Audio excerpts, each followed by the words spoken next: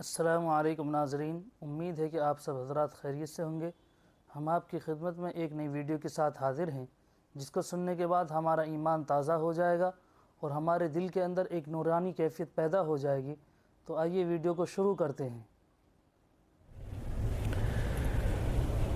زندگی کی گھڑیاں بہت تیزی سے گزر رہی ہیں اور ہر آنے والا دن ہمیں قبر کے قریب کر رہا ہے، مجھے بھی اور آپ کو بھی۔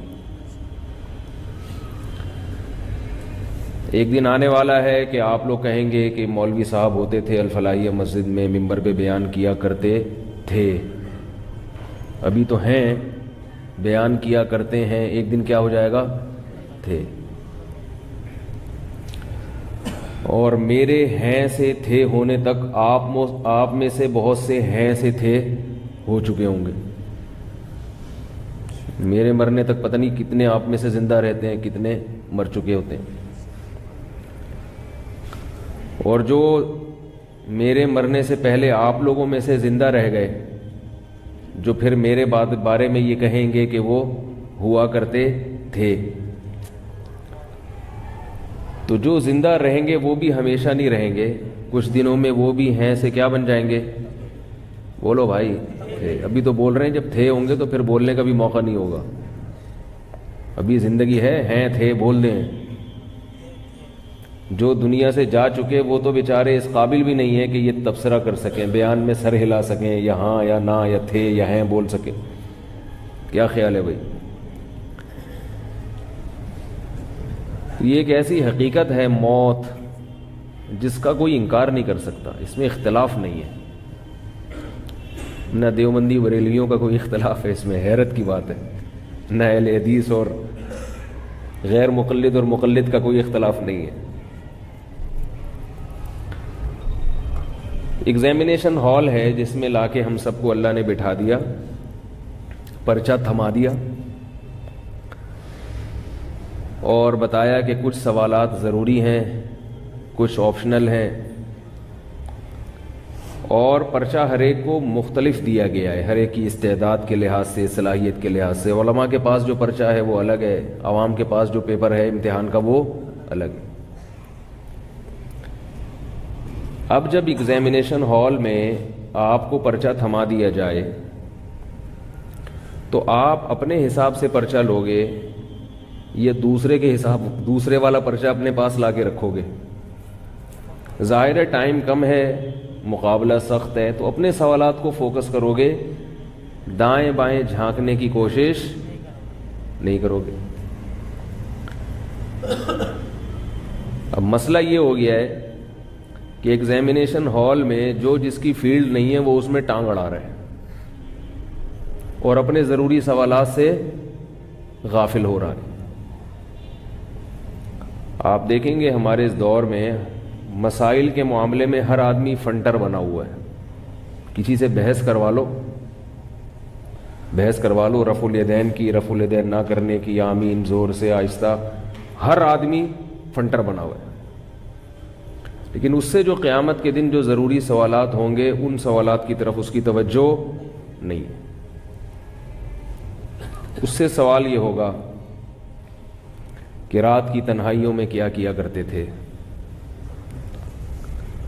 لوگوں کے سامنے تو اللہ سے ڈرتے تھے، کیا تنہائی میں بھی اللہ سے ڈرتے تھے یا نہیں ڈرتے تھے؟ اپنے والدین کی خدمت کر کے جنت حاصل کرنے کی کوشش کی یا نہیں کی؟ رسول اللہ صلی اللہ علیہ وسلم نے ارشاد فرمایا کہ جس نے بوڑھے والدین کو پایا اور ان کی خدمت کر کے جنت اپنے اوپر لازم نہ کی، اس پر اللہ کی لعنت ہے۔ تو ان لوگوں کو دیکھ لیں جو مجتہد بنے ہوئے ہیں، جو فیلڈ علماء کی ہے اس میں بھی کیا کرتے ہیں؟ ٹانگ اڑاتے ہیں، لیکن نہ اللہ کے حقوق کی طرف توجہ، نہ مخلوق کے حقوق کی طرف توجہ۔ ایک صاحب حیات ممات کے مسئلے میں بہت بڑے فنٹر تھے، حیاتی مماتی، یہ حیات النبی ممات النبی، بہت فنٹر، بڑے ماہر۔ میں نے ان کو ایک دفعہ نصیحت کی، میں نے کہا چھوڑ دو، ان چکروں میں نہیں پڑو، انسان بن کے سیدھے سیدھے مسلمان بن کے زندگی گزارو، اس میں نہیں اپنی صلاحیتوں کو برباد کرو۔ کہنے لگے کہ یہ بہت ضروری عقیدہ ہے، یہ عقائد ضروریہ میں سے ہے، اس کے بغیر ہم مسلمان نہیں ہو سکتے۔ تو اللہ تعالیٰ بعض دفعہ ایسی دلیل ذہن میں ڈالتے ہیں، میں قرآن و حدیث سے دلیل لیتا نا سمجھ میں نہیں آتی ان کے۔ ہر آدمی میں قرآن و حدیث میں مسائل کا جو چیپٹر ہے نا وہ سمجھنے کی صلاحیت ہر آدمی میں نہیں ہوتی۔ یہ بات پبلک کی سمجھ میں نہیں آ رہی ہے۔ پبلک سمجھتی ہے کہ ہم بھی قرآن و حدیث میں جو مسائل کا چیپٹر ہے وہ سمجھ سکتے ہیں۔ قرآن و حدیث میں یہ واقعہ میں بھول نہ جاؤں، یہ جو گچی پکڑ کے رکھے ذرا اس کی، تاکہ جہاں سے بات چل رہی ہے نا وہیں سے، کیونکہ میں جیسے ہی ہماری گاڑی کراچی اسٹیشن سے نکلتی ہے نا درمیان میں بہت سارے ٹریک آنا شروع ہو جاتے ہیں، اور جیسے پاکستان کی ٹرین ہر ٹریک پہ ہر اسٹیشن پہ رکتی ہے نا، تو ہماری بھی ایسے ہی کچھ یہاں عادت ہو گئی ہے۔ عوام جو ہے نا اپنے آپ کو قرآن و حدیث کے معاملے میں، مسائل کے معاملے میں جاہل ماننے کے لیے تیار نہیں ہے۔ بس ایک آیت یاد کی ہوئی ہے، وَلَقَدْ يَسَّرْنَا الْقُرْآنَ لِلذِّكْرِ فَهَلْ مِن مُدَّكِرٍ، ہم نے قرآن کو نصیحت کے لیے آسان کر دیا، کوئی ہے سمجھنے والا؟ کہتے ہیں جب قرآن جب آسان ہے تو مولویوں سے پوچھنے کی ضرورت نہیں ہے۔ بیچاروں کو اس آیت کا مطلب نہیں آتا، باقی قرآن کیا آئے گا؟ یعنی جو آیت یہ بتا رہی ہے کہ ہم نے قرآن کو آسان کیا، اس کی تفسیر جس کو نہیں آتی وہ باقی قرآن کیا سمجھے گا؟ اللہ نے قید لگا دی ہے، یہ نہیں کہا وَلَقَدْ يَسَّرْنَا الْقُرْآنَ كُلَّهُ، ہم نے پورے قرآن کو آسان کر دیا، نا نا نا نا نا، قرآن نے خود بتایا ہے وَلَقَدْ يَسَّرْنَا الْقُرْآنَ لِلذِّكْرِ، نصیحت کے لیے آسان کیا ہے، لِلْمَسَائِلِ الْفِقْهِيَّةِ، فقہی مسائل کے لیے۔ ایسا نہیں ہے کہیں قرآن میں، نصیحت کی جو چیزیں ہیں، عبرت کی جو باتیں ہیں وہ قرآن میں بہت آسان ہیں، ان کے لیے کسی مفتی یا عالم کے پاس جانے کی ضرورت نہیں۔ نصیحت کی باتیں جیسے حضرت موسیٰ علیہ السلام کا واقعہ کہ اللہ نے نافرمانوں کو سزا دی، فرما برداروں کو برتری دی۔ اللہ تعالیٰ نے دنیا پرستوں کو ہمیشہ ناکام کیا ہے، پیغمبروں کی اتباع کرنے والوں کو ہمیشہ کامیاب کیا ہے۔ یہ عبرت کی باتیں، آخرت، اللہ کے وجود اور اللہ کی قدرت کے دلائل۔ هو الذی خلق من الماء بشرا، دیکھو اس نے پانی سے بوند سے تمہیں بنایا، فجعلہ نسبا وصہرا، عزت کتنی دے دی اس نے، خاندان میں پیدا کیا، ددیال ننیال سسرال والا خاندان لگا دیا۔ یہ وہ باتیں ہیں جن کو سن کے اللہ کی محبت پیدا ہوتی ہے، اللہ کا خوف پیدا ہوتا ہے، یہ نصیحت کہلاتی ہیں یہ باتیں۔ دیکھو باپ جب اپنے بیٹے کو سمجھاتا ہے تو کبھی تو وہ سمجھانا نصیحت کی باتیں ہوتی ہیں، کبھی کوئی چیپٹر پڑھا رہا ہوتا ہے اس کو۔ اگر وہ نصیحت کی بات کرے گا تو بہت آسانی سے بچے کی سمجھ میں آئے گی، کیونکہ نصیحت کی بات ہمیشہ آسان ہوتی ہے تو سمجھ میں آتی ہے۔ اب باپ اپنے بیٹے کو سمجھا رہا ہو کہ بیٹا بڑوں کے تجربے سے فائدہ اٹھاؤ، بڑوں کی زندگی بڑوں سے پوچھ کے چلا کرو، کیونکہ ہمارا تجربہ تمہارے تجربے سے زیادہ ہے۔ اب یہ بہت آسان الفاظ ہے نا اس کے لیے۔ ایسی نصیحت باپ بیٹے کو کر رہا ہے کہ بیٹا وہ ڈکشنری کھول کے بیٹھا ہوا ہے کہ ابا نے جو یہ لفظ کہا تھا اس کا مطلب کیا ہے، اور یہ جو سینٹنس استعمال کیا اس میں سبجیکٹ کیا ہے، آبجیکٹ کیا ہے، ورب کیا ہے، ایکٹیو وائس کیا ہے، پیسو وائس کیا ہے، تو وہ نصیحت کا فائدہ ہوگا۔ نصیحت انتہائی آسان الفاظ میں ہوتی ہے، لیکن یہی باپ جب بیٹے کو، یہ وکیل ہے مثال کے طور پر ابا، یہ بیٹے کو لا اور قانون پڑھا رہا ہو، پھر یقیناً ڈکشنری کی کتابیں کھول کے، یہ ابا کہیں پروفیسر بھی ہیں، یونیورسٹی میں لیکچرار بھی ہیں، تو وہی لیکچر جو یونیورسٹی میں دیا ہے وہ اپنے بچے کو بھی دے رہے ہیں، اور اس میں لا سمجھا رہے ہیں، لا پڑھا رہے ہیں، اس کو قانون سمجھا رہے ہیں کہ دفعہ 144 کیا ہوتی ہے، دفعہ 145 کیا ہوتی ہے، آرٹیکل فلاں کا مطلب کیا ہے۔ تو اس میں وہ آسان نہیں ہوگا، اس کا ایک متن ہوگا، پھر اس کی تشریح ہوگی، پھر اس کی تشریح میں مختلف آراء بھی ہوں گی، رائے بھی ہوگی۔ بھئی یہ جو لا ہے، سپریم کورٹ نے اس لا کے تحت جو فیصلہ کیا تھا اس فیصلے کی روشنی میں اس لا کا یہ مطلب ہے، اس قانون کا یہ مطلب ہے، 73 کے آئین کی جو فلاں شق ہے اس شق کا مطلب کیا ہے، تو سپریم کورٹ نے جو فیصلہ کیا ہے اس کے مطابق اس کا یہ مطلب ہے. ممکن ہے اس پر کوئی اعتراض ہو کہ نہیں پہلے سپریم کورٹ کا فیصلہ یہ نہیں تھا، وہ تھا. جہاں مسائل کی بات ہوگی، قانون کی بات ہوگی، لا کی بات ہوگی، اس کو ڈیفائن کرنا پڑے گا، اور ڈیفائن کرنے والے بھی اس کے اہل ہوں گے. ہر نتھو پتو کا کام نہیں ہوگا. یہ میرا موضوع نہیں ہے، میں اصل بات کی طرف ابھی آ رہا ہوں. ابھی تو گاڑی نکلی ہے، ٹھیک ہے نا، ابھی تو اسٹیشن ہم نے چھوڑا ہے. تو قرآن ہی میں اللہ کا ارشاد ہے. یہ یاد رکھو، جتنے لوگ آج کل جو علماء سے آپ کو دور کرتے ہیں، بزرگوں سے آپ کو دور کر رہے ہیں، لیبل قرآن و حدیث کا لگا رہے ہیں، یہ قرآن و حدیث نہیں جانتے. یہ اگر صحیح طرح سے قرآن و حدیث پڑھ لیتے تو یہ اس قسم کی باتیں نہ کرتے. قرآن ہی میں اللہ کا ارشاد ہے وَأَنزَلْنَا إِلَيْكَ الذِّكْرَ لِتُبَيِّنَ لِلنَّاسِ مَا نُزِّلَ إِلَيْهِمْ. ہم نے اس نصیحت کو آپ پر نازل کیا تاکہ آپ لوگوں کے سامنے اس کو کھول کھول کے بیان کریں. اگر یہ خود واضح ہوتا تو نبی بیان کیوں کرتے؟ اس پر ایک اشکال ہوگا کہ یہاں بھی تو ذکر کا لفظ ہے وَأَنزَلْنَا إِلَيْكَ الذِّكْرَ. یہاں ذکر کے بارے میں قرآن کہہ رہا ہے کہ نبی بیان کریں گے، اور وہاں قرآن کہہ رہا ہے ذکر کے لیے ہم نے قرآن کو آسان کر دیا. تو یاد رکھو، یہاں یہ جو دوسری آیت میں نے پڑھی ہے، یہاں ذکر سے مراد قرآن ہے، کیونکہ قرآن کا ایک نام ذکر بھی ہے. وہاں ذکر سے مراد قرآن نہیں ہے، کیونکہ قرآن کے نام کا الگ اللہ نے تذکرہ کیا ہے. تو پتہ چلا کہ اگلا لفظ ذکر، اس سے قرآن کا ایک مخصوص موضوع مراد ہے، پورا قرآن مراد نہیں ہے. اب یہاں سے آپ لوگ کی جو سگنل ہے نا، انہوں نے کیچ کرنا ختم کر دیا. اگر پھر بھی اتنی سی بات بھی سمجھ میں نہیں آتی تو پھر سوچ لو کہ جب ہمیں اتنی موٹی بات سمجھ میں نہیں آ رہی تو پورا قرآن، پوری حدیث مسائل کے باب میں کہاں سے سمجھ میں آئے گی. تو یہ بھی بہت بڑی جہالت ہے کہ ہر آدمی قرآن و حدیث سے مسائل سمجھ سکتا ہے. یہ غلط ہے.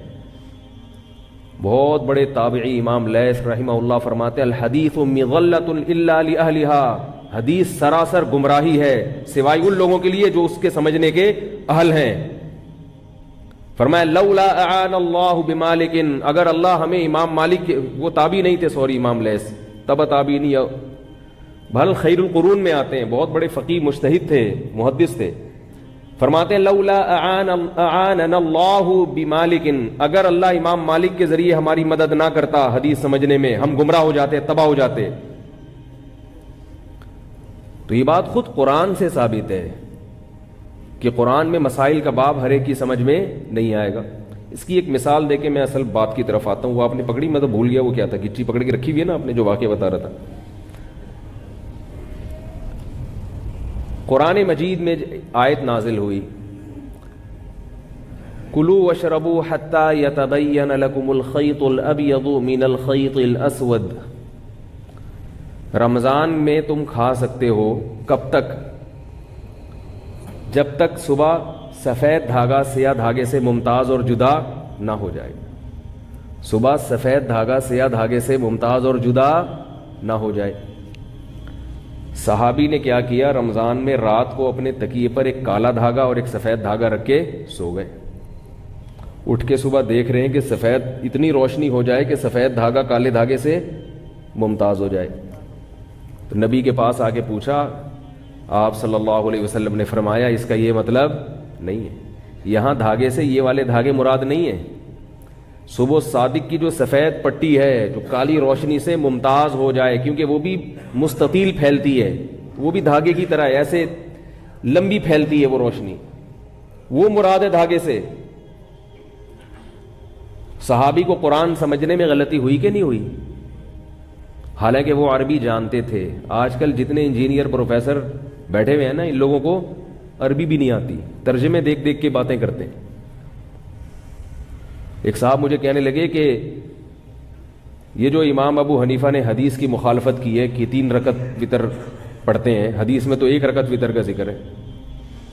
میں نے کہا کون سی حدیث ہے جس میں 1 رکعت وتر کا ذکر ہے؟ انہوں نے کہا حدیث میں آتا ہے کہ یوترو بواحدتن، کان نبی صلی اللہ علیہ وسلم یوترو بواحدتن، ایک رکعت وطر پڑھا کرتے تھے۔ تو میں نے کہا یہ حدیث کا ترجمہ کون سی حدیث میں ہے؟ یہ جو آپ اس کا ترجمہ کر رہے ہو یہ کون سی حدیث میں یہ والا ترجمہ؟ تو انہوں نے کہا ترجمہ تو حدیث میں نہیں ہوگا نا، ترجمہ تو اردو میں ہوگا، تو اردو تو تھی نہیں۔ تو میں نے کہا جس آدمی نے اس حدیث کا ترجمہ کیا ہے آپ کو یہ پتہ ہے کہ یہ ترجمہ اس کا بنتا ہے کہ نہیں بنتا؟ اس معاملے میں بھی تو آپ تقلید کر رہے ہو، جو انہوں نے لکھ دیا آپ نے مان لیا۔ یو تیرو کا یہ مطلب لینا، ہمیشہ یہ مطلب لینا کہ ایک رکعت وطر پڑھتے تھے، یہ مطلب لغت میں جو یو تیرو کا اصل مطلب ہے او ترا یو تیرو ایتارن، جفت کو طاق بنا دینا۔ ایون جو عدد ہوتا ہے نا اس کو آڈ کہتے ہیں جو دو پہ تقسیم نہ ہو سکے۔ میں بڑا کنفیوز رہتا تھا کہ ایون جو ہے وہ جفت کو کہتے ہیں یا طاق کو کہتے ہیں، یہ بھول جاتا تھا۔ تو میں نے پھر ایک ایسے جو الفاظ ہوتے ہیں نا جو مشابہ ہوتے ہیں ان کے لیے کچھ علامات رکھ لیا کریں۔ تو ایون میں 4 عدد ہیں، 4 حروف ہیں، ای وی ای این، اور آڈ میں کتنے ہیں؟ 3۔ اس کا مطلب یہ آڈ جو ہے نا وہ اعداد ہوں گے جو 2 پہ تقسیم نہیں ہوتے، اور ایون وہ ہوں گے جو 2 پہ تقسیم ہو جاتے ہیں۔ یہ بڑی ٹیکنیکل باتیں، اس طرح لفظ یاد رہتے ہیں۔ قرآن مجید میں 2 الفاظ استعمال ہوئے ہیں، سندس اور استبرق۔ سندس کہتے ہیں باریک ریشم کو، استبرق کہتے ہیں موٹے ریشم کو۔ ابھی ہم طلب علمی کے دور میں یاد کر کے تھک جاتے تھے، پھر بھول جاتے تھے کہ موٹا ریشم ان میں کون سا ہے اور باریک کون سا ہے۔ تو ہمارے استاذ نے کہا استبرق، قاف یہ جو آ رہا ہے نا موٹا موٹا لفظ آ رہا ہے نا، کیا خیال ہے؟ استبرق، رق بولو گے قاف آ رہا ہے، قاف موٹا تازہ ہوتا ہے، قاف ویسے بھی گول ہوتا ہے، جو گول کس لوگ ہیں وہ دیکھنے میں قاف لگ رہے ہوتے ہیں۔ تو سندس میں ایسا نہیں ہے، سندس باریکی آ رہی، تو اس کے بعد ہمیشہ سے یاد ہو گیا کہ بھئی استبرق موٹا ریشم اور سندس باریک ریشم۔ اسی طرح ایک لفظ ہے رمل اور ایک لفظ ہے عربی میں رمل۔ جب ہم عمرے پہ جاتے ہیں یا حج پہ جاتے ہیں تو پہلے 3 چکر میں سینہ اکڑا کے، مرد کے لیے سینہ اکڑا کے چلنا سنت ہے، اور کسی حدیث میں عورت کو سینہ اکڑا کے چلنے سے منع نہیں کیا گیا، مگر پوری امت کا اجماع ہے کہ عورت رمل نہیں کرے گی۔ اس سے پتہ چلتا ہے کہ ہر مسئلہ حدیث میں بیان نہیں ہوتا۔ کسی حدیث میں عورت کو مردوں کی طرح رکوع کرنے سے منع نہیں کیا گیا، اس کے باوجود چاروں ائمہ کا اتفاق ہے کہ عورت مردوں کی طرح رکوع نہیں کرے گی، سمٹ کے کرے گی، کیونکہ وہ عورت ہے، وہ اکڑ کے نماز نہیں پڑھے گی، وہ سردے میں اپنے سرین کو نہیں اٹھائے گی، وہ عورت کا عورت ہونا ظاہر کرے گی کہ میں عورت ہوں، مرد نہیں ہوں۔ تو جن چیزوں کا تعلق پردے سے اور حیا سے ہے اس میں عورت تمام باتوں میں مرد سے خود بخود جدا ہے۔ سمجھ میں آ رہی ہے بات؟ تبھی عورت زور سے لبیک نہیں کہے گی، حالانکہ کسی حدیث میں زور سے لبیک کہنے سے عورت کو منع نہیں کیا گیا۔ یہ جو لوگ کہتے ہیں نا کہ صلو کما رأیتمونی اصلی، نبی نے فرمایا جیسے میں نماز پڑھتا ہوں ایسے پڑھو، تو نبی نے یہ بھی تو فرمایا حج جیسے میں نے کیا ویسے کرو، خذوا عنی مناسککم، جیسے میں نے حج کیا ایسے کرو۔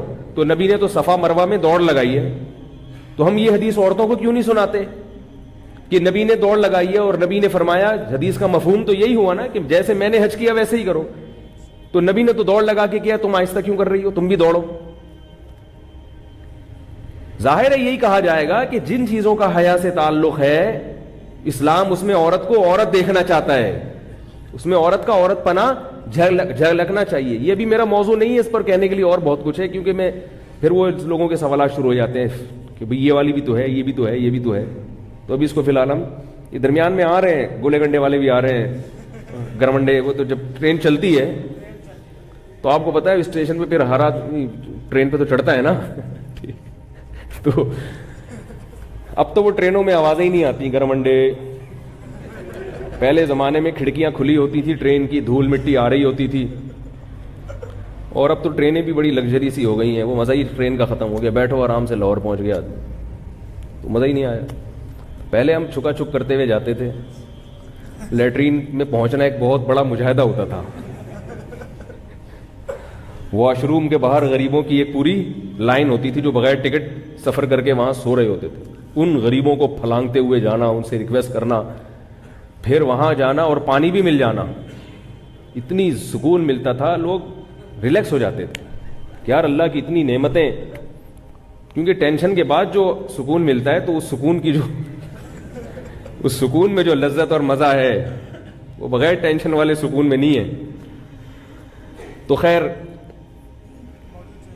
میں یہ عرض کر رہا تھا، کیا بات تھی جو ابھی میں یہاں سے میں جو موضوع ذہن میں لے کے بیٹھو نا تو پھر وہ اسی پہ کنٹینیو رہتا ہے آدمی، لیکن یہ بھی علمی باتیں ہیں، یہ الگ موضوع کے تحت پھر آتی ہیں. ہاں میں عرض کر رہا تھا کہ دیکھو صحابی رسول نے آیت کا مطلب غلط سمجھا، اس پر قرآن مجید کی آیت نازل ہوئی، ایک لفظ نازل ہوا من الفجر، فرمایا کلوا واشربوا حتی یتبین لکم الخیط الابیض من الخیط الاسود من الفجر کا لفظ نازل ہوا تاکہ دوبارہ کسی کو کنفیوژن نہ ہو. من الفجر یعنی فرمایا کہ اس سے مراد کیا ہے؟ فجر کی روشنی ہے، دھاگے مراد نہیں ہے. یہاں ایک سوال پیدا ہوتا ہے کہ قرآن یہ کنفیوژن پہلے ہی دور کر دیتا تاکہ یہ نوبت ہی نہ آتی. ایک لفظ صحابی کے نہ سمجھنے کی وجہ سے بعد میں نازل کیا جا رہا ہے تو اللہ تو عالم الغیب ہے، اللہ پہلے ہی کنفیوژن دور کر دیتے، من الفجر نازل کر دیتے. کیا خیال ہے بھائی؟ تو بھائی اللہ اگر پہلے کر دیتے نا نازل تو یہ فلسفہ پھر سمجھ میں ہمارے لیے آپ کو سمجھانا بہت مشکل ہوتا کہ اللہ کے بیان کے بغیر یا نبی کے بیان کے بغیر قرآن سمجھ میں نہیں آتا. یہ بات پھر سمجھ میں نہیں آتی. سمجھ میں آ رہی؟ اب آ گئی سمجھ میں یا اب بھی نہیں آئی؟ شکر ہے. تو میں یہ عرض کر رہا تھا میرے بھائی کہ جن سوالات کی تیاری ضروری ہے عوام کی توجہ ان سوالات کی تیاری کی طرف نہیں ہے، اور ان علماء سے عوام محبت بھی نہیں کرتی. عوام کو بھی مزہ آتا ہے چسکے لینے میں، جب تک ایک دوسرے پہ مولوی حضرات کیچڑ نہ اچھالیں، طنز نہ کریں، مناظرے بازی، چیلن بازی، وہ اس کو پچھاڑ دیا، اس نے اس کو پچھاڑ دیا، اس کے بغیر مزہ نہیں آتا. تو ہم سب کو، مجھے بھی اور آپ کو بھی اپنی قبر کی فکر کرنی چاہیے. سب سے پہلے سوال ہوگا توحید کے بارے میں، اور توحید کا وہ مفہوم جو قرآن نے بیان کیا. ایک اپنی گھڑی ہوئی توحیدیں بھی آج کل مارکیٹ میں چل رہی ہیں. بزرگوں کو اپنی زندگی سے نکال دینا، اس کو لوگ سمجھتے ہیں توحید، میں صرف اللہ کو مانتا ہوں، کسی بزرگ کو نہیں مانتا. میں نے کہا اپنی بیوی کو کیوں مانتا ہے تو ہے بھائی؟ اپنے باپ کو کیوں مانتا ہے؟ بعض لوگ بزرگوں سے محبت کا اظہار ان کے ہاتھ چومنے کو بھی شرک سمجھتے ہیں. اللہ کے بندو، کسی سے عقیدت محبت میں ہاتھ چوم لینا شرک کا اس سے کیا تعلق ہے؟ میں مانتا ہوں کہ زیادہ نہیں ہے چوما چاٹی جو اس طرح کی بزرگوں کی ہوتی ہے، اس سے نقصان ہوتا ہے. اول تو کوئی بزرگ ہوتا بھی نہیں ہے، لوگ خام خواہ میں عقیدت میں ہاتھ پاؤں چومنا شروع کر دیتے ہیں. اس کے اعتدال ہر چیز میں اچھا ہے، لیکن اگر کوئی فرط محبت میں اپنے کسی بزرگ کے کبھی ہاتھ چوم لے اس میں کوئی خرابی نہیں ہے، اس کا شرک سے کوئی تعلق نہیں ہے. عربوں میں رواج ہے نا، جب بھی ملتے ہیں ایک دوسرے کا ماتھا چومتے ہیں. یہ شرک ہو گیا. یہ جیسے ماتھا چومنے سے مشرک نہیں بن جاتا، ایسے ہاتھ چومنے سے بھی مشرک نہیں بن جاتا. اس کو بھی شرک ہے. یہ بعض لوگ تعویذ کو شرک کہہ دیتے ہیں. ایک صاحب مجھے کہنے لگے تعویذ شرک ہے. میں نے کہا تعویذ میں یا اللہ مدد لکھ کے گلے میں لٹکا دیا، یہ شرک کہاں سے ہو گیا اللہ کے بندو؟ تو کہنے لگے یہ شرک کا ذریعہ ہے. میں نے کہا جس چیز کا ذریعہ ہوتی ہے وہ چیز نہیں ہوتی. حیدرآباد جانے کا ذریعہ سڑک ہے نا، کراچی سے جب حیدرآباد جائیں تو کس ذریعے سے جائیں گے؟ سڑک سے. تو کیا سڑک حیدرآباد ہے؟ تو جب کسی چیز کو شرک کا ذریعہ کہہ دیا تو یہ آپ نے کہہ دیا کہ وہ شرک بہرحال نہیں ہے. ہاں ذریعے پر بات ہو سکتی ہے، ذریعے پر بات ہو سکتی ہے. تبھی میں بھی تعویذ گنڈوں کا قائل نہیں ہوں، جائز سمجھتا ہوں، مگر میں سمجھتا ہوں اس زمانے میں اس سے اجتناب ضروری ہے، کیونکہ لوگوں کے عقائد خراب ہیں. عامل لوگ تعویذ گنڈوں کے نام پہ الو بناتے ہیں اور یہ چیزیں انسان کو وہمی بناتے ہیں، بالآخر شرک تک لے کے جاتی ہیں یہ چیزیں. اس لیے الحمدللہ میں اپنے بچوں کے گلے میں کبھی تعویذ نہیں لٹکاتا. لیکن اگر کسی عالم نے جائز تعویذ لٹکایا ہوا ہے، اس پہ قرآن کی آیت ہے، تو میں اس کو مشرک نہیں کہتا. البتہ اللہ کا بڑا فضل ہے، ہمارے باپ دادا میں یہ رواج ہی نہیں تھا تعویذ. ہمارے ابا نے کبھی نہیں رکھا تعویذ. بعض لوگ مزاج کے توحیدی ہوتے ہیں اور بعض مزاج کے بدعتی ہوتے ہیں. سمجھ میں آ رہی ہے بات؟ بعض لوگوں کو ان چیزوں سے طبی طور پر گھن آتی ہے. ہماری دادی اللہ تعالیٰ ان کی مغفرت فرمائے، حضرت مولانا عبد الرحیم رائے پوری رحمۃ اللہ علیہ سے بیعت تھی. وہ کبھی یہ تیجے اور 40ویں کا کھانا نہیں کھاتی تھی، حالانکہ ان کو نہیں پتا تھا کہ یہ بدعت ہے. وہ تو بیچاری گاؤں دیہات میں پلی، بیعت ہوئی، وہ تو صرف ان سے اصلاحی تعلق تھا، مسائل ان کو زیادہ معلوم نہیں تھے. لیکن کہیں بھی کسی میت کے گھر سے کھانا آتا تھا کبھی نہیں کھاتی تھی، کہہ رہی مجھے مردوں کے کھانوں سے ویسے گھن آتی. بات آ رہی. ان کو آپ کوئی دلائل سے نہیں قائل کر سکتے کہ یہ جائز ہے یا ناجائز ہے. وہ کہیں جائز ہوگا تمہارے لیے ہوگا، ٹھیک ہے نا. یہ مردوں کے کھانے ہمارے حلق سے نہیں اترتے. تھوڑی سی غیرت بھی کوئی چیز ہوتی ہے نا. کیا خیال ہے؟ تو یہ جو تعویذ گنڈے والے لوگ ہیں نا، جائز ہونے ایک الگ چیز ہے، مگر یہ تعویذ گنڈے والوں میں آپ کو توکل کبھی نظر نہیں آئے گا. یہ ہمیشہ ان پر اللہ کا کچھ ایسا عذاب آتا ہے کہ یہ ہمیشہ اسی فلیتے پلیتوں میں لگے رہتے ہیں. انگوٹھے میں الگ دھاگا بندھا ہوگا، کالا سا پٹا گلے میں پڑا ہوگا، اور یہاں ایک کچھ باندھا ہوا ہوگا، اور پھر گھول کے بھی کچھ پی رہے ہوں گے صبح شام. ساری زندگی اسی میں. اللہ کا بڑا فضل ہے، ہمارے سارے کام اللہ دعاؤں سے پورے کر دیتے ہیں. ہمارے بچے کبھی بیمار ہوں، ہم دعا مانگتے ہیں اللہ سے، الحمدللہ اللہ شفا دے دیتا ہے. ڈاکٹر سے علاج کراتے ہیں، ایک محلے کے ڈاکٹر ہیں، وہ سارے بچوں کے پورے رول نمبر کے حساب سے انہوں نے یاد کیے کون سا پیس ہے، یہ تیسرے نمبر والا پیس ہے. اللہ نظر سے بچائے.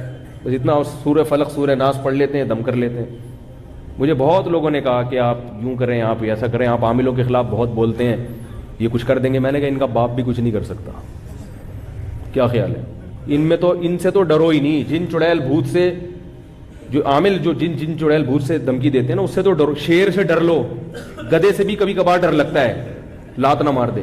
کتے سے ڈر لگتا ہے، میں اپنی بات کر رہا ہوں، کبھی کبھار مجھے کتے سے بھی ڈر لگتا ہے کہ یار کہیں حملہ ہی نہ کر دے. حتیٰ کہ کبھی کبھار بکرے سے بھی ڈر لگتا ہے کہ ٹکر نہ مار دے. اور بیوی سے تو سب مسلمانوں کو ڈر لگتا ہے. ہر چیز جو دنیا کے ڈراتی ہے ہم بھی ڈرتے ہیں. الحمدللہ انسان ہے، ہم کوئی لوہے اور فولاد کے بنے ہوئے نہیں. اندھیرے سے بھی بعض دفعہ ڈر لگتا ہے. قبرستان میں آپ رات کو اندھیرے میں جا کے بیٹھو تو کتنا ہی بڑا فنٹر ہو، تھوڑا سا ڈر لگے گا. اللہ کا بڑا فضل ہے، میں کبھی عامل سے، چاہے دیوبندی ہو، چاہے کسی بزرگ کا خلیفہ ہو، چاہے اس کے ماتھے پہ تہجد کے نشانات ہوں، چاہے اس کو 100 بزرگوں سے خلافتیں ملی ہوئی ہوں، اپن نہیں مانتا بھائی، ہم نہیں مانتے. اس پہ میں بہت دلائل لے چکا ہوں، لیکن اگر کسی کو دلیل سمجھ میں نہیں آئے تو کانفیڈنس بھی ایک دلیل ہوتی ہے کہ ایک آدمی ممبر پہ بیٹھ کے اتنی کانفیڈنس سے بات کر رہا ہے، اس کا مطلب کچھ بات میں دم ہے. کانفیڈنس بھی دلیل ہوتی ہے بعض دفعہ. حضرت ابو بکر نے حضرت عمر رضی اللہ تعالیٰ عنہ کا کسی رائے میں اختلاف ہوا تھا، حضرت عمر رضی اللہ تعالیٰ عنہ نے کہا کہ قرآن کو جمع کیا جائے. حضرت ابو بکر نے کہا جو کام نبی نے نہیں کیا میں وہ کیوں کروں، جو کام نبی نے نہیں کیا میں وہ کیوں کروں. حضرت عمر نے فرمایا آپ کو کرنا پڑے گا. اتنے بغیر دلیل کے حضرت عمر کانفیڈنس سے بات کرتے رہے کرنا پڑے گا ورنہ قرآن ضائع ہو جائے گا. ابو بکر فرما رہے ہیں کہ بھائی اگر ضائع ہونے کا خطرہ تھا تو نبی نے کیوں نہیں کیا یہ کام. حضرت عمر دلیل نہیں دے رہے، حضرت فرمایا نہیں کرنا پڑے گا ورنہ ضائع ہو جائے گا. اتنا زور سے اصرار کیا. ابو بکر فرماتے ہیں اللہ نے مجھے شرح صدر کر دیا کہ بھائی یہ عمر صحیح کہہ رہا ہے. بعض دفعہ دلیل نہیں ہوتی، بندے کا کانفیڈنس کام کر جاتا ہے. میرے پاس تو دلیل بھی ہے، کہیں یہ نہ سمجھے. کانفیڈنس کی بڑی ویلیو ہے. آپ کو پتا ہے کہ ایک چوہے نے جو ہے نا ہاتھی کو پرپوز کیا، ہتھنی کو. چوہا ہے اور ہاتھی کی جو ماتا ہے ہتھنی، اس کو پرپوز کیا. تو ہتھنی نے بولا تو اپنی اوقات دیکھ، تو اپنی اوقات دیکھ کمبخت، اپنا خاندان دیکھ، اپنا قد دیکھ، نہ تیرا نیچ خاندان کے گھٹیا آدمی، تجھے شرم نہیں آئی؟ میرے لیے نکاح کا پیغام بھیج رہے تو شرم نہیں آئی؟ تو چوہا کہتے ہیں ان سب چیزوں کو چھوڑ، کانفیڈنس دیکھ میرا.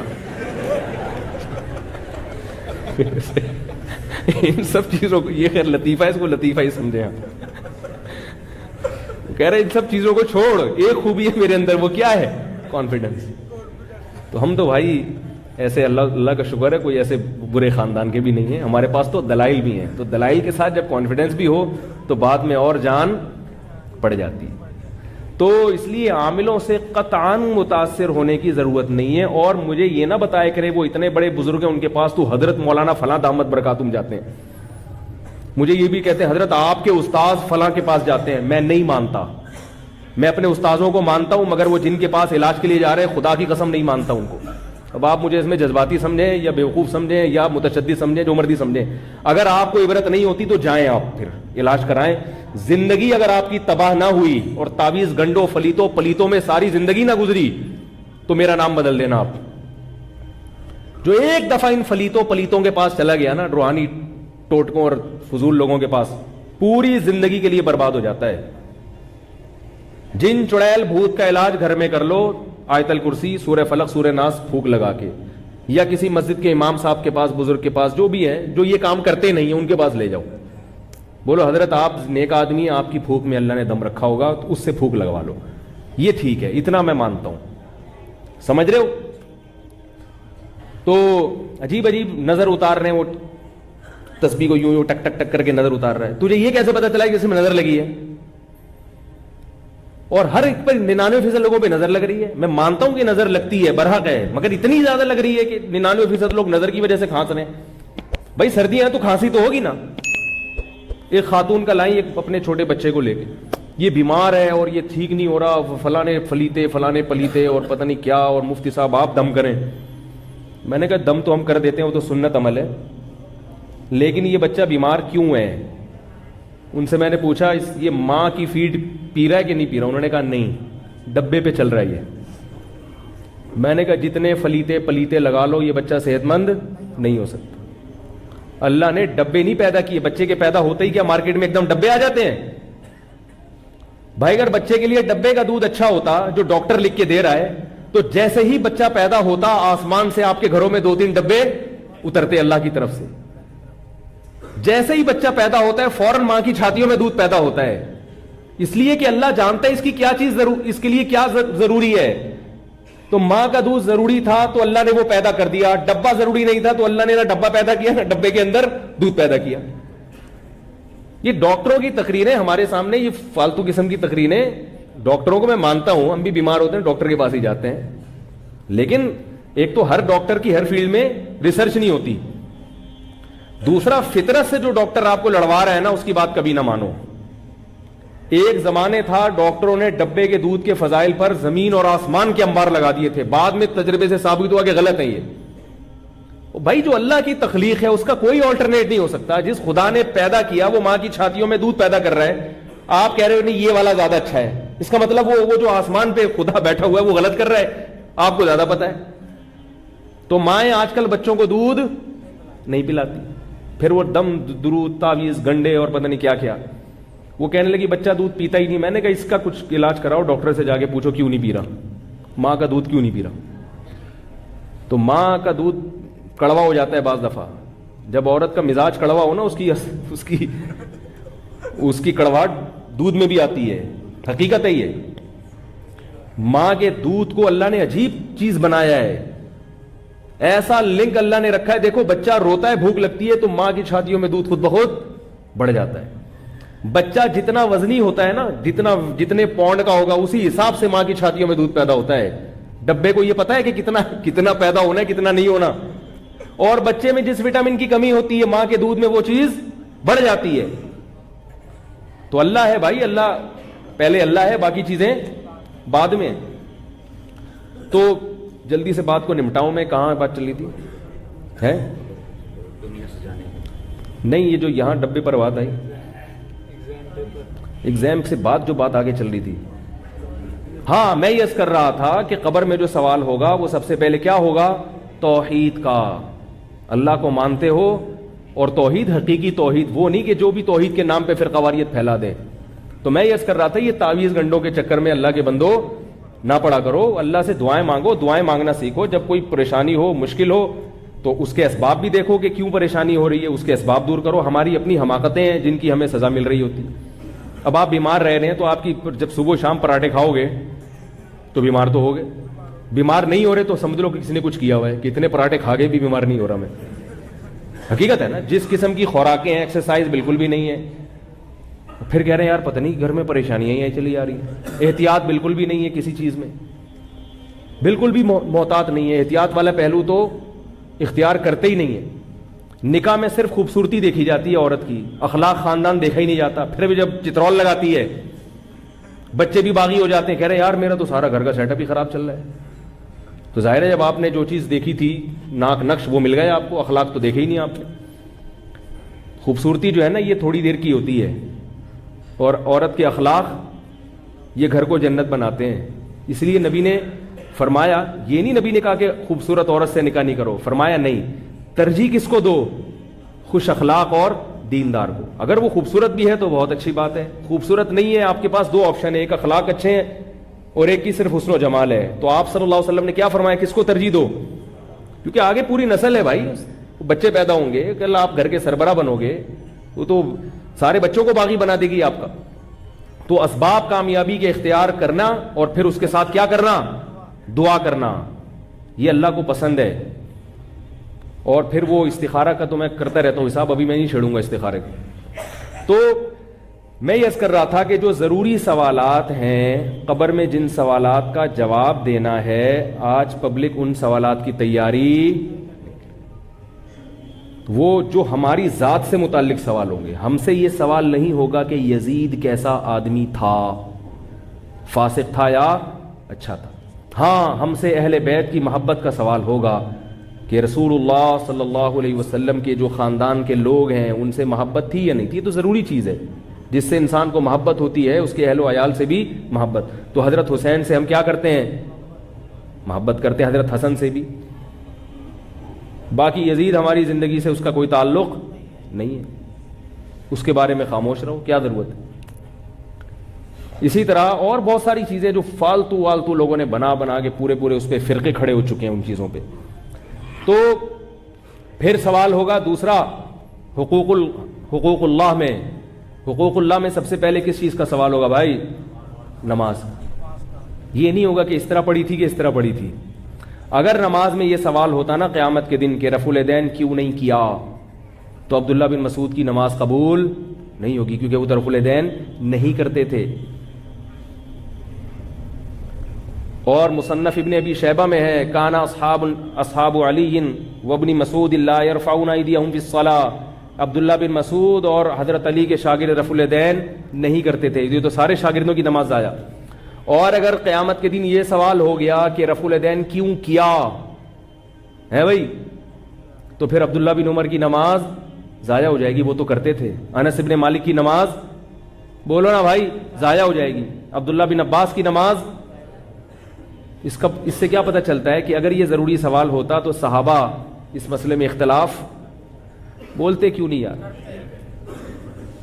لازمی اختلاف کرتے. اور بڑی پھڈے بازیاں ہوتی ہیں صحابہ میں, نہیں پہلے اس مسئلے کو حل کرو, رفع الیدین کرنا ہے کہ نہیں کرنا, اس کے بعد امت آگے چلے گی. جہاد بعد میں ہوگا, پہلے یہ حل کرو. انہوں نے کہا یہ بھی ٹھیک ہے, جیسا اختلاف چل رہا ہے چلنے دو, آگے چلو, چھوڑ دو اس کو یہیں پہ. نماز کے بارے میں سوال ہوگا کہ پڑھی کے, جو اجماع سے نماز ثابت ہے جتنی ہے, اس پہ تو سب متفق ہیں نا. اللہ کا بڑا فضل ہے کہ امت میں اتنے اختلافات کے باوجود بنیادی چیزوں میں سب الحمدللہ, اہل حق لوگوں کی بات کر رہا ہوں, وہ بنیادی چیزوں میں الحمدللہ سب متفق ہیں اہل حق علماء. نمازیں کتنی ہیں, 5 ہیں. تو حقوق العباد میں سب سے پہلے کس کا سوال ہوگا, نماز کا, جماعت سے نماز. اور حقوق العباد میں سب سے پہلے, بولو بھائی نہیں پتہ ہی کوئی نہیں, والدین کے بارے میں. کیونکہ حقوق العباد کی ابتدا کہاں سے ہوتی ہے, والدین سے. ان کے ساتھ کیسا سلوک, پورے محلے کو خوش رکھا ہوا ہے, ابا اماں کیا ہیں, ناراض ہیں. اور یاد رکھو جہاں باپ اور ماں کی بات آتی ہے تو دادا دادی اور نانا نانی اس میں اس مفہوم میں خود بخود داخل ہوتے ہیں. پھر حقوق العباد کی مختلف نوعیتیں ہیں. نوعیتیں کیا مطلب, خوش اخلاقی بھی حقوق العباد میں آتی ہے, خرچ کرنا بھی حقوق العباد میں آتا ہے. آپ اگر خوش اخلاقی سے بات نہیں کر رہے, بد اخلاق ہیں, تو آپ صلی اللہ علیہ وسلم نے فرمایا بد خلق آدمی, حدیث کا مفہوم ہے اللہ سے بھی دور ہوتا ہے اور لوگوں سے بھی دور ہوتا ہے, وہ کما قال صلی اللہ علیہ وسلم. اور آپ صلی اللہ علیہ وسلم نے فرمایا جس کے اخلاق سب سے اچھے ہوئے قیامت کے دن سب سے میرے قریب وہ ہوگا. بات جو بھی کرتا ہے ایسا کرتا ہے جیسے ہمارے معاشرے میں دیکھ لیں, ڈنڈا کھینچ کے مار. کل مجھے کسی مولوی صاحب کا کلپ بھیجا, وہ پتہ نہیں علماء پہ بڑا طنز کر رہے تھے کہ یہ علماء ایسے, مولوی ایسے. میں نے کہا ان کو پہلے بات کرنے کی سلیقہ اور تمیز کہیں سے سکھاؤ, پھر مجھ سے تو سنا نہیں جاتا ہے, میں 1 منٹ سن کے بند کر دیتا ہوں, کان پھٹنے ہوتے جو ہے نا گدھوں کی طرح چیخ رہے. یہ اخلاق ہے. تو اور پھر طنز بھی ہو اس میں, کیچڑ بھی عزتیں بھی اچھالی جا رہی ہوں. کہتے ہیں نا کہ ایک مشہور ہے نا کہ بھائی شکل اچھی نہ ہو تو کم از کم بات تو اچھی کر لے آدمی. تو بات بھی گندی اور اسٹائل بھی گندا, اور لوگ واہ واہ واہ واہ سبحان اللہ واہ واہ, یہ قرآن حدیث. یہ ہر فرقے میں ہوتے ہیں, میرا مقصد کسی خاص فرقے کی نہیں, ہر فرقے میں ایسے لوگ ہوتے ہیں, ہر مسلک میں ایسے لوگ ہوتے ہیں. تو خوش اخلاقی, آپ صلی اللہ علیہ وسلم نے فرمایا یہ جو بد اخلاقی ہے نا غصے سے شروع ہوتی ہے. ہر آدمی ہر وقت ناک پہ مکھی بٹھا کے گھوم رہا ہے. سب سے پہلے میرے کام ہو, سب سے پہلے پیٹرول میں جو ٹینکی میں جو ہے نا پیٹرول میری گاڑی میں سب سے پہلے ڈالا جائے. میں تو دیکھ رہا ہوتا ہوں نا پیٹرول پمپ پہ, کبھی میں بائک لے کے کھڑا ہوں تو ذرا سے جگہ ملے دوسرا آگے گھس جاتا ہے بھائی فوراً آگے گھس جائے گا وہ. لیکن سارے ایسے نہیں ہوتے الحمدللہ, اچھے لوگ بھی ہیں, وہ کہتے ہیں نہیں جی پہلے آپ, تو ایسے بھی ہے. لیکن تو انسان کے کردار کو پہچاننا 2 منٹ کا کام ہوتا ہے. آپ پیٹرول پمپ کی لائن میں, بل کی لائن میں کھڑے ہو کر 2 منٹ میں پتہ چل جاتا ہے کہ کون کتنے پانی میں ہے. بہت زیادہ مشکل کام نہیں ہے یہ. تو خوش اخلاقی ہے. اور پھر مال خرچ کرنا یہ بہت بڑا فریضہ ہے. ہم اپنے مال کے پورے مالک نہیں ہیں. اللہ نے فرمایا تمہارے مال میں حصہ ہے رشتہ داروں کا. ایک آدمی کی پوری تنخواہ اسی پہ اگر خرچ ہو رہی ہے, اللہ اس سے خوش نہیں ہو سکتا. قل ما انفقتم من خیر فللوالدین والاقربین, خرچ کرنا ہے جن میں سب سے پہلے والدین اور پھر سب سے پہلے قرابت دار. والدین اور قرابت دار اگر محتاج ہوں تو ان پہ خرچ کرنا فرض ہے. لیکن بیوی بچوں کو اللہ نے الگ پروٹوکول دیا کہ وہ محتاج نہ بھی ہوں تو ان پہ باپ کو خرچ کرنا پڑے گا, کیونکہ یہ کیا ہے, ان کا باپ ہے. والدین کا باپ نہیں ہے, اولاد ہے. اور بچوں کا کیا ہے, باپ. اور عورت کا کیا ہے, شوہر. اس لیے عورتوں کو کہتا ہوں اپنے میاؤں کی قدر کرو. اللہ نے اتنا اس کی ذمہ داری لگا دی ہے. اللہ نے تمہارے میاؤں کو ایسا بنایا, اللہ نے کہا کہ تمہاری بیوی کروڑپتی بھی ہے تو تجھے کھلائے گا کون, تیرا شوہر. اس کو میں نے گھر کا بڑا بنا دیا, ساری زندگی تیری خبر گیری تیرا شوہر کرے گا. والدین تو رخصت کر دیتے ہیں, اب ذمہ داری ختم. پوری زندگی کی ٹینشن کون اٹھاتا ہے بھائی, شوہر اٹھاتا ہے. اور یہ جو مشرقی شوہر ہیں, مسلمان شوہر, ان کی اگر عظمت خواتین کو سمجھ میں نہیں آتی, یورپ میں جا کے دیکھو. وہاں کے شوہر بڑے اچھے ہیں, خوش اخلاق ہیں, ہر بات تھینک یو سے شروع کرتے ہیں. تھینک یو پہ جیسے ہمارے ہوتا ہے نا وظیفہ شروع میں 11 دفعہ درود شریف, آخر میں 11 دفعہ. تو انگریز جب بھی بات شروع کرے گا مسکرا کے تھینک یو کے ذریعے, درمیان میں کچھ رپورٹ پیش کرے گا بڑے مزے سے, بہت اچھے اخلاق کے ساتھ, اور آخر میں پھر کیا کہے گا, تھینک یو کہہ کے. جاب سے بھی نکالیں گے تو تھینک یو کہہ کے نکالیں گے, اتنے اچھے اخلاق. بھائی تھینک یو, اب آپ جا سکتے ہیں, آپ یہ سگنیچر کر دیں, یہاں پہ آپ مستعفی ہو جائیں, آپ اتنے اچھے اخلاق. اور ہمارے یہاں جاب پہ بھرتی بھی کریں گے نا تو تمیز سے نہیں کریں گے, دھمکی سے شروع کریں گے بات, پہنچ جانا کل صبح 8 بجے. تو لیکن اتنے اچھے اخلاق کے باوجود بیوی پہ خرچ کرتے ہیں نہیں کرتے, بچوں پہ خرچ کرتے ہیں. اس لیے کہتا ہوں بھائی آخرت میں انشاءاللہ اتنے نالائق ہونے کے باوجود مسلمان اوپر ہوں گے انشاءاللہ. اس لیے کہ کوالٹیز جو ہے نا آج بھی مسلم میں الحمدللہ من حیث, میں یہ نہیں کہہ رہا ہر چیز میں مسلمان ان سے اچھے ہیں, میں یہ نہیں کہہ رہا ہر چیز میں ان سے اچھے نہیں ہیں, بعض چیزیں ان کی اچھی ہیں, لیکن من حیث القوم جو مسلمان کی خوبیاں ہیں وہ ان سے بہت بھاری ہے. جب قیامت کے دن ترازو تولا جائے گا اس میں مسلمانوں کی جو چند خصوصیات ایسی ہیں ان کا وزن انشاءاللہ بہت بھاری ہوگا. ان خوبیوں میں ایک یہ بھی ہے کہ مسلمان مرد پوری زندگی بیوی بچوں کی ٹینشن اٹھاتا ہے. کبھی نہیں ایسا ہوگا کہ جتنا مرضی بیوی کے علاج پہ خرچ کرنا پڑے کرتا ہے. یہ جو شریف لوگ ہیں, آپ لوگ کی بات کر رہا ہوں میں, سارے تو نالائق تو ہر جگہ بھی ہوتے ہیں, وہ ساری زندگی اٹھائے گا ٹینشن. جب باپ نے ایک دفعہ بیٹی کو رخصت کر دیا, کس کی ذمہ داری شروع, شوہر کی. اس کو فالج بھی ہو جائے عورت کو, اس کو لقوہ بھی ہو جائے. ہمارے معاشرے میں الحمدللہ اب تک میجورٹی ایسی ہے کہ اس کو چھوڑتی نہیں ہے, میں رکھو اس کو, اب یہ میری ذمہ داری ہے, اس کو بھی کھلاؤں گا, اس کے بچوں کو بھی کھلاؤں گا. اس لیے میں کہتا ہوں خواتین سے اگر میاؤں سے کبھی اونچ نیچ ہو جایا کرے تو ان کی میاؤں پہ صبر کیا کریں. کہہ رہی یہ میاؤں کیوں کر رہا ہے, دھاڑ کیوں رہا ہے. جب اتنا کر رہا ہے تو تھوڑی سی برداشت بھی تو کرو نا, اس کی برداشت کر لو بیچارے کی.